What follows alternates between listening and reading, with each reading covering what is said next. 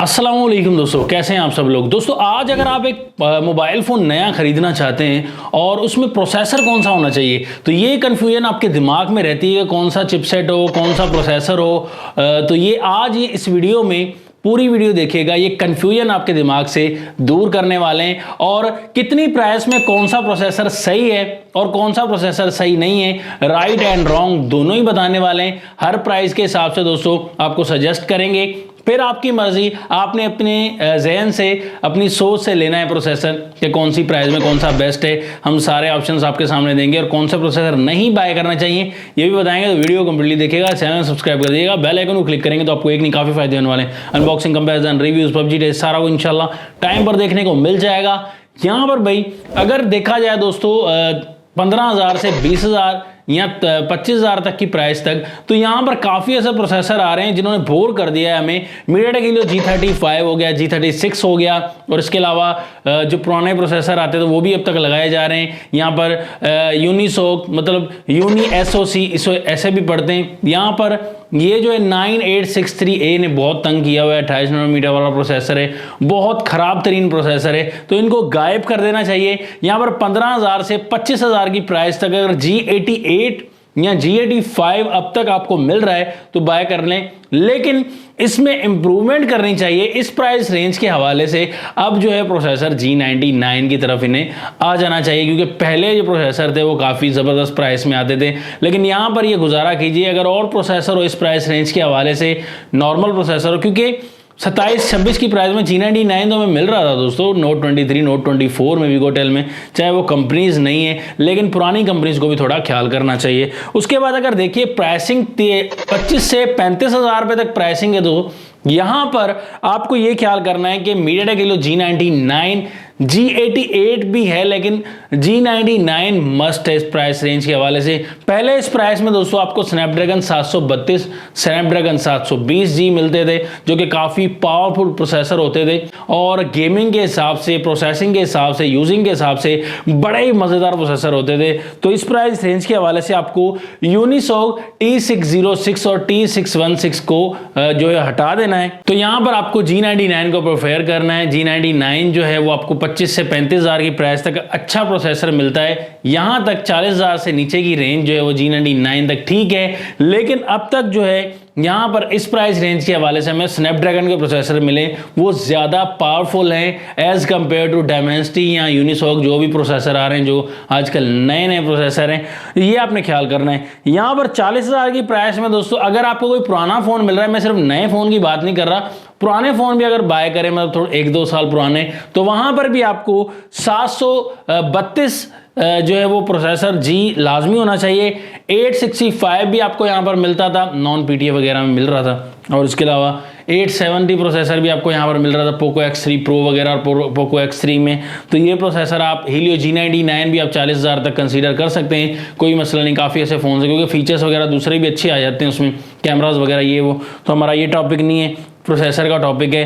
तो इस price range में दोस्तों अगर देखें, अगर आपको स्नैपड्रैगन 680 मिल रहा है, P35 मिल रहा है, 685 मिल रहा है स्नैपड्रैगन, तो ये आपने सारे हटा देना दोस्तों। ये चूना लगा रही है कंपनीज। 50,000 तक भी प्रोसेसर आते हैं G85, तो दोस्तों ये 60,000, 50,000, 40,000 की प्राइस में आ रहे हैं। स्नैपड्रैगन 680, स्नैपड्रैगन 685, स्नैपड्रैगन 695, तो ये प्रोसेसर सारे ही दोस्तों बेकार हैं। इस प्राइस रेंज में 5G प्रोसेसर आने चाहिए, वही आपके काम के, वही आपके फ़ोन को अच्छा प्रोसेस देते हैं। जितना महंगा होता जाता है फ़ोन, उतने फीचर्स ज़्यादा अच्छे होते हैं, एमोलेड डिस्प्ले ज़बरदस्त होता है, उतना ज़्यादा ही दोस्तों प्रोसेस अच्छा चाहिए। और प्रोसेसर अगर हल्का लगा होगा दोस्तों, तो वो आपकी इमेजेस पर, फोटो क्वालिटी पर भी काफी इफेक्ट करेगा।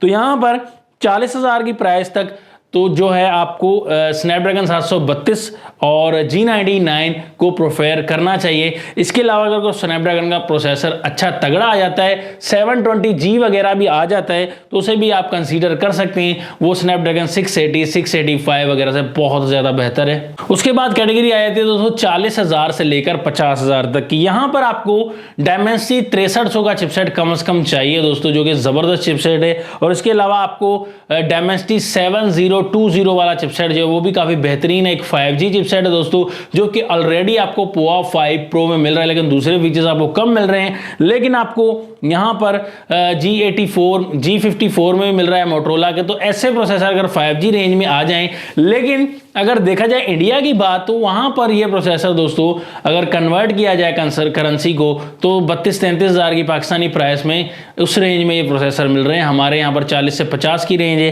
तो वहाँ पर 7020 मिलते हैं, जहाँ पर 60 FPS तक PUBG वगैरह या दूसरी गेमिंग वगैरह आप अच्छे से कर सकते हैं। G85, G88 मीडियाटेक और स्नैपड्रैगन 685, 680 इन सबको नो कर दीजिएगा। अगर इस प्राइस में अगर 50,000 तक भी आपको ये प्रोसेसर कोई कंपनी दे रही है, तो वो बेहतरीन फ़ोन नहीं होगा। अगर यहाँ पर 60 से 70 हज़ार की प्राइसिंग देखें, तो यहाँ पर आपको जो प्रोसेसर मिलना चाहिए वो 7200, 7300, ये प्रोसेसर काफ़ी ज़बरदस्त रहेंगे दोस्तों। और इसके अलावा 7050 ये चिपसेट चलो चल जाएंगे दोस्तों, जो कि आपको ओप्पो रेनो 11F में मिल रहा है, 12 प्लस में मिल रहा है रियलमी के फ़ोन में, जहाँ पर PUBG वगैरह भी और आप अच्छी प्रोसेसिंग वगैरह ले सकते हैं। ये प्रोसेसर चलो ठीक है पाकिस्तानी के हिसाब से, लेकिन अदर कंट्रीज़ में या इंडिया में देखेंगे तो वहाँ पर ये प्रोसेसर 50,000 की रेंज में मिल रहे हैं दोस्तों, जो पाकिस्तानी प्राइस बनती है 7050 वगैरह। और वहाँ पर बहुत अच्छे चिपसेट और पावरफुल चिपसेट मिल रहे हैं इस प्राइस रेंज के हवाले से दोस्तों।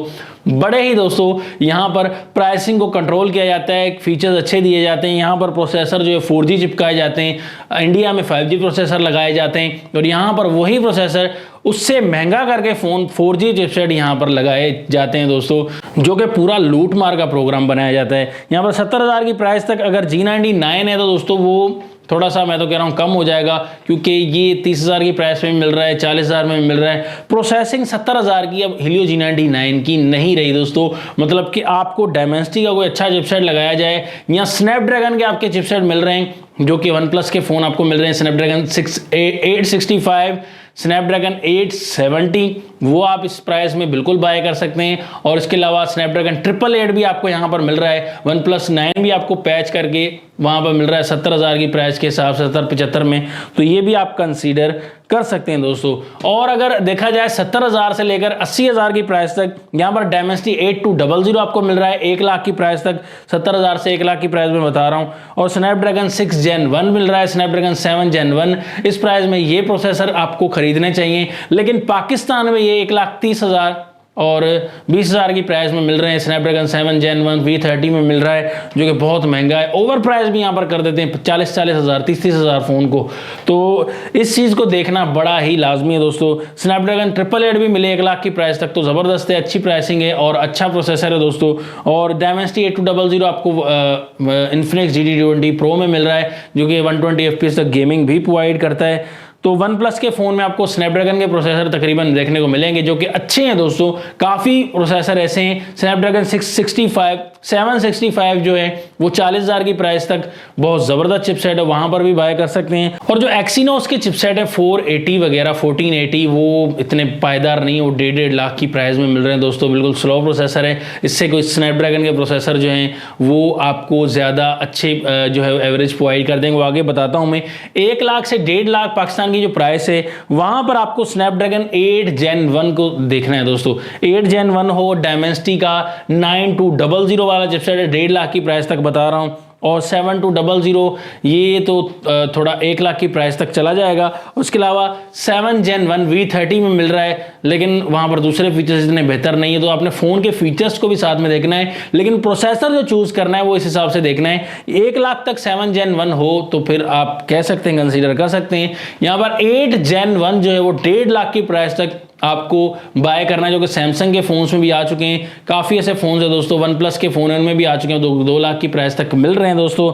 स्नैपड्रैगन 8 Gen 2, 8 Gen 3 जो है वो तो अबव हो जाते हैं दोस्तों। तो एप्पल में जो है A14 चिप लगाई जाती है, मतलब जो नई लेटेस्ट चिप है, और यहाँ पर A18 चिप अब लाने का सोच रहे हैं 3 नैनोमीटर में, जो कि नए फ़ोन में लगाई जाएगी iPhone 16 में, सारी सीरीज़ में। और ये प्रोसेसर काफ़ी कमाल के होते हैं। अब उन्होंने अपना नाम दे दिया है बायोनिक वगैरह, लेकिन ज़बरदस्त काम करते हैं दोस्तों। आईफोन के चिपसेट जो कि 1 लाख के कम प्राइस में भी मिलते हैं, वो अगर आईफोन की तरफ आप जाएँ तो वो भी आप बाय कर सकते हैं। उनकी प्रोसेसिंग वगैरह काफ़ी ज़बरदस्त होती है। बस थोड़ा गर्मी से बचाना पड़ेगा, क्योंकि गर्मी में बैटरी हेल्थ काफ़ी जल्दी गिरती है भाई आईफोन की। और इसके साथ अगर देखें 1.5 लाख से अबव प्राइस में, तो आपको यहाँ पर 480 एक्सीनोस नहीं बाय करना, 2480 जो एक्सीनोस वो आप बाय कर सकते हैं, जो कि सैमसंग में आता है स्नैपड्रैगन और वो मिक्स करके। स्नैपड्रैगन 8 Gen 2, 8 Gen 3 आप बाय कर सकते हैं 1.5 लाख से ऊपर की प्राइस में, और 8 Gen 3 भी अब आ चुका है। लेकिन लेटेस्ट जो चिपसेट है 8 Gen 4 स्नैपड्रैगन का,